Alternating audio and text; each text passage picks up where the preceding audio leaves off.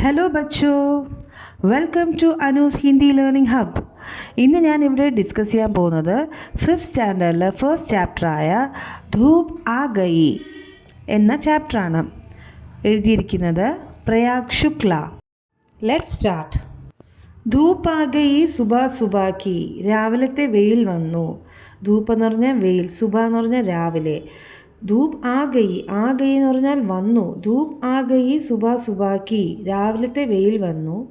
കലിയാം പ്യാരി പ്യാരി മെഹക്കി. കലിയാം എന്ന് പറഞ്ഞാൽ എന്താണ്? പൂമൊട്ടുകൾ. കലിയാം പ്യാരി പ്യാരി എന്ന് വെച്ചാൽ ഭംഗിയുള്ള, ക്യൂട്ട്. മെഹക്കി ഭംഗിയുള്ള പൂമൊട്ടുകൾ മണം പരത്തി. കലിയാം ക്യാരി ക്യാരി മെഹക്കി. ക്യാരി ക്യാരി എന്ന് പറഞ്ഞാൽ പൂത്തടം, ഫ്ലവർ ബെഡ്, ഒരു പൂന്തോട്ടം. അപ്പം കലിയാൻ ക്യാരി ക്യാരി മെഹക്കി. ഈ പൂത്തടത്തിൽ നിന്നും അല്ലെങ്കിൽ ഈ പൂന്തോട്ടത്തിൽ നിന്നും പൂമൊട്ടുകളിൽ നിന്നും മണം വന്നു. മെഹക്കി മണത്തു. കലിയാം ഇത്രീ സാരി മെഹക്കി. എല്ലാ പൂമൊട്ടുകളിൽ നിന്നും അത്രയും മണം വന്നു അല്ലേ. കലിയ ഇത്രേ സാരി മെഹക്കി. എല്ലാ പൂമൊട്ടുകളിൽ നിന്നും നല്ല മണം വന്നു. ഹവ ബഹ്രഹി ഠണ്ഡി ഠണ്ഡി. ഹവ എന്ന് പറഞ്ഞാൽ കാറ്റ്. ബഹ്രഹി എന്ന് പറഞ്ഞാൽ ഒഴുകി നടക്കുന്നു. ഹവ ബഹ്രഹി ഠണ്ഡി ഠണ്ഡി. ഠണ്ഡി ഠണ്ഡി മീൻസ് തണുത്ത. ഹവ ബഹ്രഹി ഠണ്ഡി ഠണ്ഡി. തണുത്ത കാറ്റ് അങ്ങനെ ഒഴുകി നടക്കുന്നു. ഘൂം രഹി വഹ് ബഹക്കി ബഹക്കി. ഘൂം എന്ന് പറഞ്ഞാൽ ഇങ്ങനെ ഘൂം രഹി വോ, അങ്ങനെ കറങ്ങി നടക്കുന്നില്ല അല്ലേ. ഘൂം രഹി വോ വഹ് ബഹക്കി ബഹക്കി. വഹ് എന്ന് പറഞ്ഞാൽ ആര്? ഹവ. കാറ്റങ്ങനെ കറങ്ങി നടക്കാനങ്ങനെ ബഹക്കി ബഹക്കി അങ്ങനെ അലഞ്ഞു തിരിഞ്ഞ് നടക്കുന്നില്ലേ, അതുപോലെ ഇങ്ങനെ ഒരു ലക്ഷ്യമില്ലാതെ നടക്കുന്നില്ലേ അല്ലെ. കാറ്റ് അങ്ങനെ നല്ല തണുത്ത കാറ്റ് അങ്ങനെ അലഞ്ഞ് നടക്കുകയാണ് അങ്ങനെ. ബഹക്കി ബഹക്കി. ഉടുത്തി ഉടുത്തി ആയി ചിടിയ. പറന്ന് പറന്ന് വരുന്നു കിളികൾ. ഉടുത്തി ഉടുത്തി എന്ന് പറഞ്ഞാൽ പറന്ന് പറന്ന്. ആയി ചിടിയ. ഉടുത്തി ഉടുത്തി ആയി ചിടിയ. പറന്ന് പറന്നു വന്നു കിളികൾ. ഫുതക് ഫുതക്കർ വേ ഭി ചഹക്കി. ഫുതക് ഫുതക്കർ മീൻസ് ഹോപ്പിംഗ്, മീൻസ് ഇങ്ങനെ ഈ ചാടി ചാടി വരുന്നില്ലേ. ഫുതക് ഫുതക്കർ വേ ഭി ചഹക്കി. ചഹക്കി എന്ന് വെച്ചാൽ ഈ കിളികളുടെ ഈ ചലപ്പ് സൗണ്ടില്ലേ. അപ്പം ഉടുത്തി ഉടുത്തി ആയി ചിടിയ. പറന്ന് പറന്ന് കിളികൾ വന്നു. ഫുതക് ഫുതക്കർ വേബി ചൈക്കി. പറന്ന് പറന്ന് കിളികൾ വന്നു, ചാടി ചാടി അവയും ചിലച്ചു. അപ്പോൾ ധൂപ് ആകെ ഈ ചാപ്റ്റർ മനസ്സിലായല്ലോ. ഇനി നമുക്ക് ആക്ടിവിറ്റീസ് നോക്കാം. ഫസ്റ്റ് എന്താണ് എഴുതിയിരിക്കുന്നത്? രംഗ് ഭരേ. രംഗ് ഭരേ എന്ന് വെച്ചാൽ നിറം കൊടുക്കാം. താഴെ യഹ് കലി ഹേ. കലി എന്ന് പറഞ്ഞാൽ പൂമൊട്ട്. കലിയാം എന്ന് പറഞ്ഞാൽ പൂമൊട്ടുകൾ. പൂമൊട്ടിന് നിറം കൊടുക്കാം. ഈ പൂമൊട്ടിന് നിങ്ങൾക്ക് ഇഷ്ടമുള്ള നിറം കൊടുക്കാം. ദൂസര പിക്ചർ കോൺസാ ഹേ? ചിടിയാക്കി. കിസ്കാ പിക്ചർ ഹേ? ചിടിയാക്കി. ചിടിയ എന്ന് പറഞ്ഞാൽ എന്താണ്? പക്ഷി. യഹ് ചിടിയ ഹേ. ചിടിയ എന്ന് പറഞ്ഞാൽ പക്ഷി. ഈ പക്ഷിക്കും നിങ്ങൾക്ക് ഇഷ്ടമുള്ള കളറ് ചെയ്യാം. അടുത്തതായി താഴെ കൊടുത്തിരിക്കുന്നത് കുറച്ച് കളേഴ്സാണ്. ലാൽ. ലാൽ എന്ന് പറഞ്ഞാൽ ചുമപ്പ് നിറം, റെഡ് കളർ. നെക്സ്റ്റ് കളർ വന്നിട്ട് ഹര. ഹര എന്ന് പറഞ്ഞാൽ പച്ച, പച്ച നിറം, പച്ച colour, green colour. Next colour കാല. കാല എന്ന് പറഞ്ഞാൽ കറുപ്പ്. കാല രംഗ്, കറുപ്പ് നിറം, ബ്ലാക്ക് കളർ.